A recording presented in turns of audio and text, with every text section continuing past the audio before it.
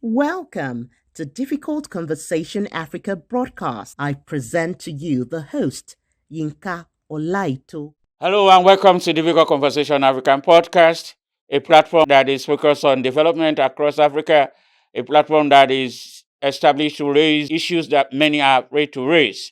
And normally, this is a platform that affords also the opportunity to have discussion with experts who share their concerns around issues in Africa.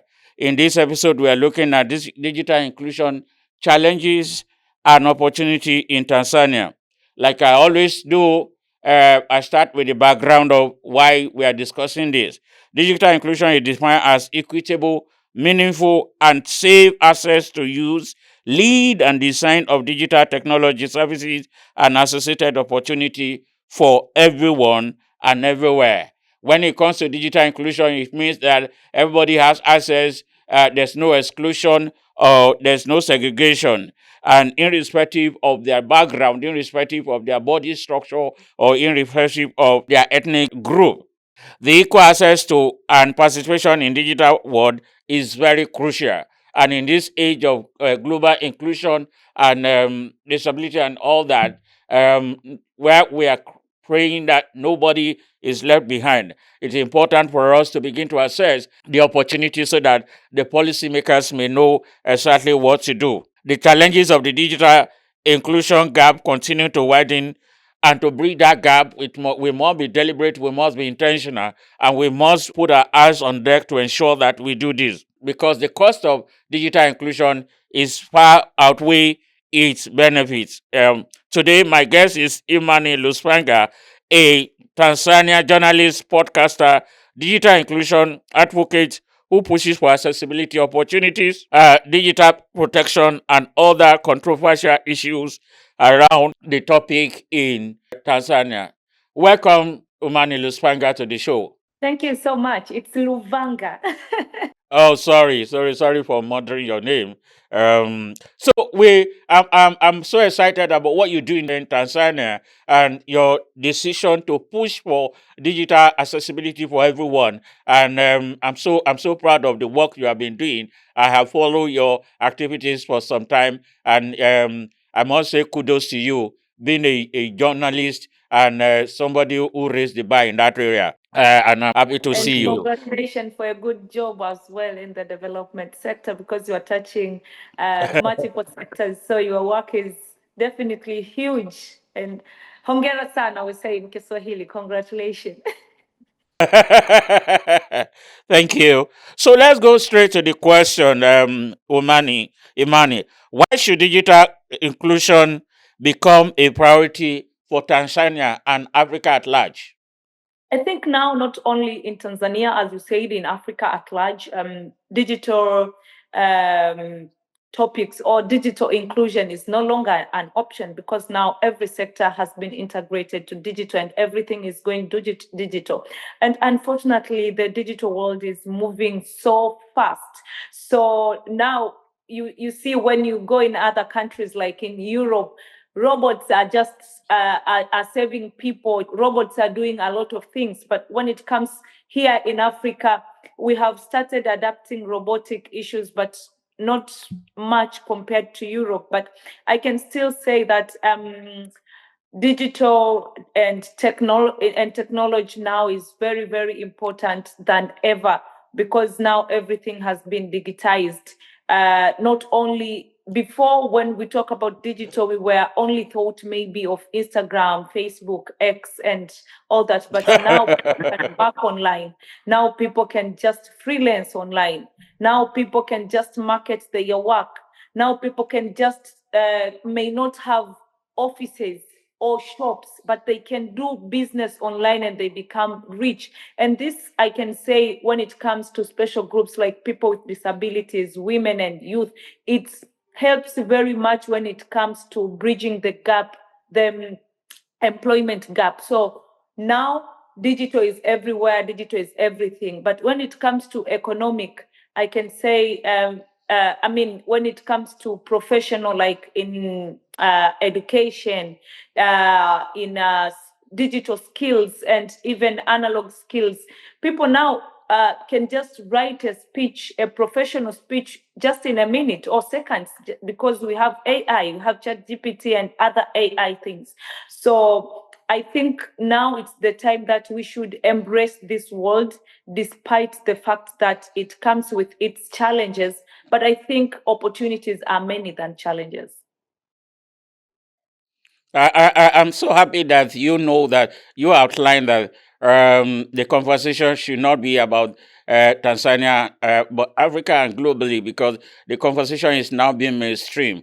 And the fact that digital accessibility and inclusion is now a very important to economic and national development. So we go to the next question. The digital divide gap continue to grow because of accessibility issues. How can we bridge this gap? This is very, very true. And Yeah.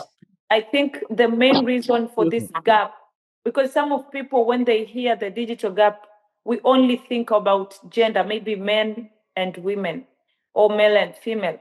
But this thing is quite huge when it comes to the people, between people of town and people who are living in villages, between people with disabilities and people with any kind of disabilities. Look at the accessibility, it's also increasing the digital gap. So I think not only in Tanzania, but in Africa, we don't have modern infrastructures when it comes to internet connection, because maybe we have so many villages, for example, in Tanzania. So when you go in villages, it's really hard to find network. Some people even have to climb the trees to access network.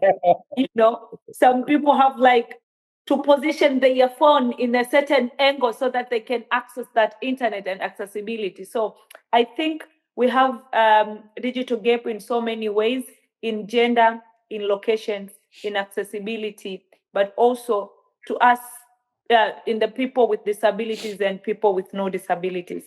But I'm so happy when it comes to people with disabilities, especially the blind people. I think the technology is on their side, I can say, because they have the programs like TalkBack. They don't have to buy like a special computers or a special phone. Now, when phones comes, it has included them. But for the people who does it here, I mean the deaf people, they can just read. So it's the challenge for us professionals like journalists, when we also make our news, when we also produce our news, we should also consider all the groups, because you might say now, digital has simplified everything. I can make just a simple content in 1 minute and a person can get all the information in 1 minute. But if you make that video only people can watch and hear, how about the deaf people? That's why we have an option to put captions so that a person can see the video and then can read, so they can get the message. I see now in the television, people have like the sign language people for translation. So I can say what we can do to keep bridging this gap is every stakeholder to play their part in everywhere, because the government has also to put friendly infrastructures, especially in interior areas, so that everyone um, can access network. But for the gadget providers, I mean, those infrastructures should make sure that the gadgets are modern, so that every people, even the blinds, the deaf, can just access it. I have seen some people that have the disability, maybe they don't have hand. So there is this technology that I have seen one person used, like a mouse, there's kind of a pen. So they used to chat with that. I don't know how to call it, but it's like a pen which he just put here in his mouth, and then he used his phone. So I think this is very good initiatives. I think these are very good initiatives when it comes to digital inclusion, so that we can touch everyone, every angle. But let's look about the children. They might access these gadgets. I don't know in your country, but in Tanzania, students are not allowed to own phones. So when they go to school, they are not allowed. Even parents have adapted it, so they don't allow them to access phone, and some parents goes further, they don't allow them even to have computers. So this means we are going to create an irretaless gap when it comes to digital awareness and digital skills, because most of people have started to own phone when they are at university level or advanced level of education. That means they will be wondering everything, and they want to just imagine a simple example. Like if you haven't eaten for quite a long time, so when you see the food, maybe you will eat so fast, and maybe you will eat everything. So this is what will Yeah, happen. yeah. I appreciate some of your concern about the need for digital accessibility. Yes, we must say that everybody and everyone, like we said, it's not only about person with disability, but the fact is we all know that person with disability suffer more in most cases. So the inclusion of person with disability, the thought of them, and the need to have equitable and safe use of digital technology is really important to them. So I'll go to the next question. It says 29 million children with disability lack access to digital tools that can help them benefit from quality education. How can we bridge this gap, knowing that digital tools can help build a very solid education? Yeah, I think what should be done to the people with disabilities is the infrastructure. Especially the children. Yeah, I was saying that when it comes to people with disabilities, for the companies which are making these gadgets, they should consider every type of disabilities, like for the blinds, for the deaf, and other disabilities. Like some people doesn't have hands, so how do they going to scroll and maybe type and all that? So we really need to update the gadgets so that these people can also access internet and can be in the digital platforms and take advantages and of the opportunities that are there. I will take an example of recent phones. I think those people of who are making these phones have now understood. For the people, for the blind people, they have the talkback program, which helps them, which speaks, like reads for them, and which also explain about maybe photos and videos they can understand. Though this gadget comes with some challenges, like I spoke to one of the blind person who told me that sometimes they give them wrong interpretation, especially when it comes to the pictures. So I think at least we have made a step to make sure that we have the program that helps them to read what has been written or to explain about photos.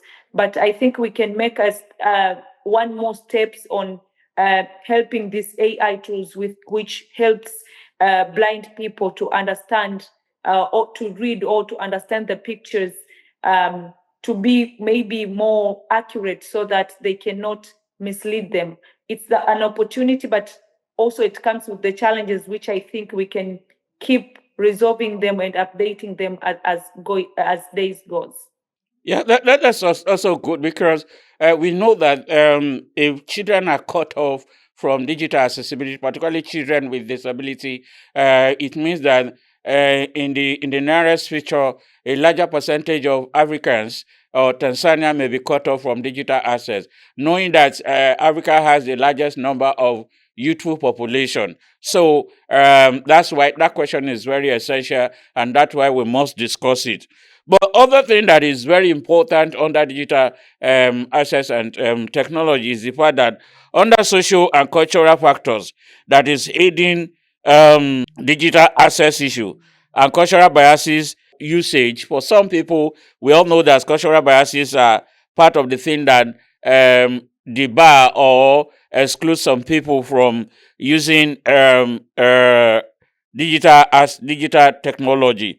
The question I'm asking is, some regions face restriction on internet access due to socio-economic norms. How can Africa overcome this? Because in some African culture or norms, they have faced, digital exclusion. How can we use policy? How can we use conversation? How can we use consultation to address this? I think one of the best method that we can use is awareness and education. As you said it very well. Um, Digital and technological development has not come maybe from Africa. We have been adapting from Europe. I remember in Tanzania, even some of religious leaders were just telling their people to not be in Facebook or Instagram, believing that it's a sin, it's a satanic Can you issue. imagine? Yeah. So, but now the same pastors, the same readers are doing live masses in the Facebook, Instagram, and YouTube, Can you and then imagine? telling people even to bring for money, maybe to send in a digital way. So this is where we can conclude that now digital is no longer an option. So what we should do is keeping educating people, especially our elders, especially people in the villages, because they believe that maybe this is not a good thing.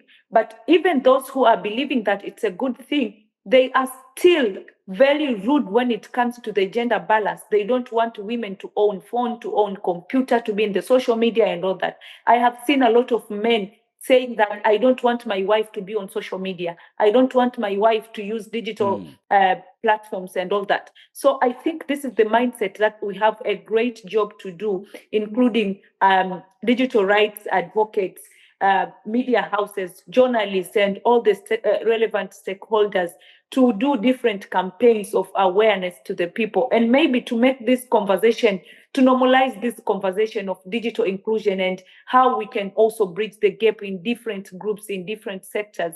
So, because I think women are the most affected group. I heard this story that there was a husband whose phone was damaged, and then he went and took his wife's phone, and saying that, you know what, as a man I should be online all the time, but for you, a woman, you should be here at home doing domestic works, cooking, and other jobs, maybe taking care of the kids and your husband. Something which is Can really, you really imagine? wrong, because we have these women who are professionals who need to sell their skills online, who should market what they have online. Other women are doing businesses online. So I think we should keep on educating and normalizing these conversations in different aspects, in different platforms, even in churches and even in the villages conferences. People should go there and tell them the advantage of people being online and utilizing this. I think you have seen it, and in most of interior part, when it comes in digital registration, for example, here in Tanzania, maybe when it comes to registration in different government and private entities, now everything is in digital. People are just wondering, what is this? Are just surprised because they have never heard this before, because the digital inclusion is not part of their conversation. Even in villages, this should be normal conversation, and people should feel like it's okay, and now it's the time that everyone should be in digital platforms, and they should learn how to use it, how to protect their data, how to be there, what they should share and what they should not share. Yeah, thank you, Imani. I appreciate some of the issues you have raised. So it's very obvious to all now that the cost of digital inclusion outweigh its benefits. What do you think we can do to increase digital access for everyone? What is the best option that will work faster? I think every stakeholder should play their part. Media should advocate for nice policies, good policies, because some people are not online because they have experienced the bullying and harassment, not Okay. because they cannot access it, But also, we don't have like friendly laws and policies regarding the digital space. I'm glad that Tanzania, we have made a step now. We have we have the data protection policy and law, But I think we should go further. We need like a specific law addressing online gender-based violence and digital harassment. Yeah, talking about policy. Let me take you up on that. Do you think that it is policy, self-regulation, or what do you think will work best to ensure that digital inclusion become something that is mainstream and it is widely acceptable? You talk about it. What do you think? Is it policy or self-regulation? Which one do you think? Do you consider to be the best that can hasten the digital accessibility conversation? Please allow me to say both, because when you say self-regulation, there are people who are overdoing, you know. Yeah, So if there is no friendly laws and policies, people will be just publishing others' personal information and identities without even their permission, you know. So that's when true. there is a clear and friendly laws that protect every user of digital platforms and social media, this will also help on self-regulation, because people will be like, if I share this picture without a person's permission, the law will punish me. You know, I will get this permission, I will be fined, I will be banned, or I will be doing something. So as I said, every stakeholder should play their part, but also big tech companies. You know, some people are not online because they know they have quite good education when it comes to data protection, when it comes to cyberbullying and the steps to take. But when they report, we have a very good in all the social media reporting button. But when they report, not everything are taken on consideration, and some reports are taking quite longer time until they work on. So when it comes to content moderation, I think these big tech companies should employ um, content moderators from local policies. I mean, from local places. Just short example, we have Kiswahili language, which differs in terms of slangs. Tanzania, Kenya, Zanzibar, we have different slangs. It can be a bad word in Tanzania, but just a normal word in Kenya. So if a content moderator is from Kenya, can just ban a person from Tanzania thinking that this is not a good word, this is a brutal word, while in Tanzania it's just a normal word. So I think they should consider this, so that to put everyone online, other people are just they have just censored themselves just because they have reported some cases, and then the big tech companies didn't work, or That's very unique, Imani. The other thing I would like to ask you is that we know funding is a big issue, and then digital accessibility and the cost of technology may not be that cheap. How do you think that Tanzania African government can address the issue of funding the infrastructure, because we know that the infrastructure is still some of the challenges that it faces? Will you suggest a government-private partnership approach to the funding of digital technology and infrastructure, or what do you think? This is very good question. I can say the government and all stakeholders should also talk to these infrastructures, or these people who are making these gadgets, to also sell them in a cheaper price or in affordable price, so that everyone can afford. But also to the telephone companies. I mean, like those who are providing bundles, they should also sell these internet bundles in a friendly and affordable price. For example, in Tanzania, you may just buy a weekly bundle and it's just over in a day. It's So everywhere. It's not only in Tanzania. yeah, so the person is going, oh, you have just bought a bundle, a weekly bundle, For 1 month, a weekly or monthly bundle, and then or a within monthly less than bundle. 24 hours, you are off. Yes, it's over in a day. So I think we should talk about these issues, because it's getting people out of the internet, just because of these internet bundles are so expensive. But also, I'm glad that, for example, in areas in towns like Dar es Salaam, there is these fibers which have been which you can just buy, and they can just put it in your home. So you can just have a free Wi-Fi at home, but it's still expensive, not to every person, but for middle class people and low class people, it's a bit expensive. So I think also we have good initiative. I have heard our government has started to insert cybers in different homes, in different offices. So I think also it should be in a cheaper and affordable price to the people, so that people can get internet bundle in affordable Thank price. you, Imani. There's one other question as we round up that I would like to use to speak to. The issue of literacy is a factor in digital accessibility. You know that sometimes the normal language that you can access freely through the digital accessibility is English, but the use of translation of local language like Swahili and all other things.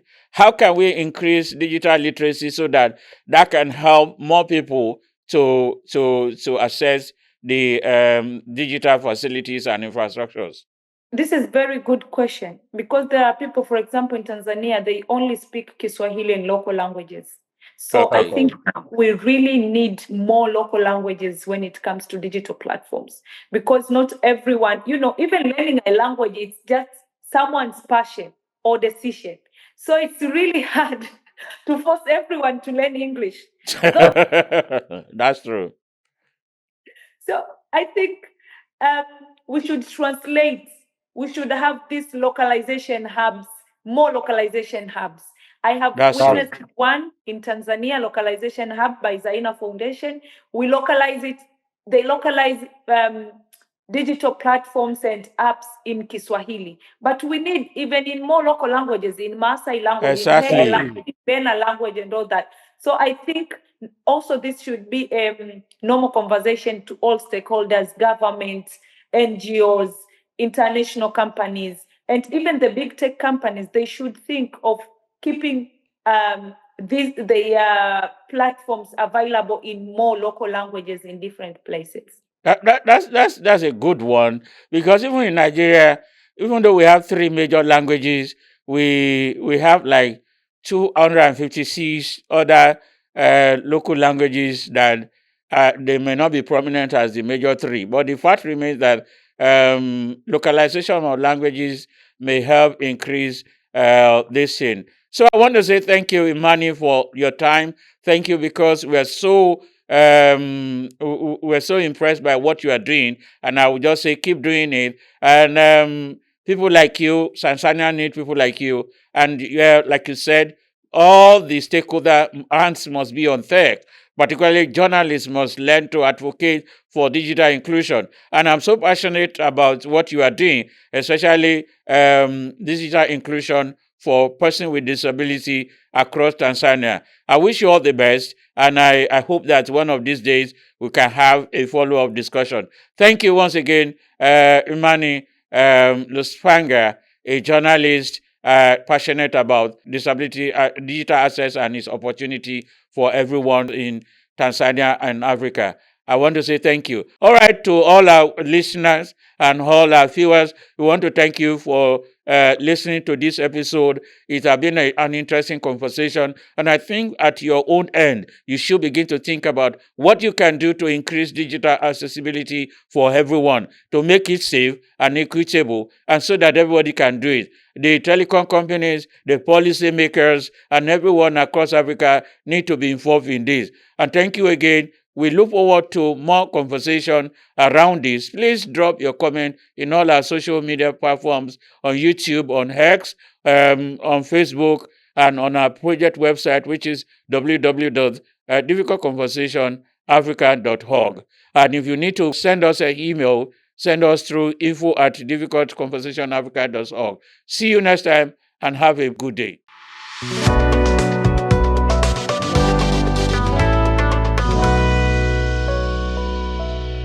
Thank you for listening to this episode. For inquiry, please send an email to info@difficultconversationafrica.org. Telephone 0809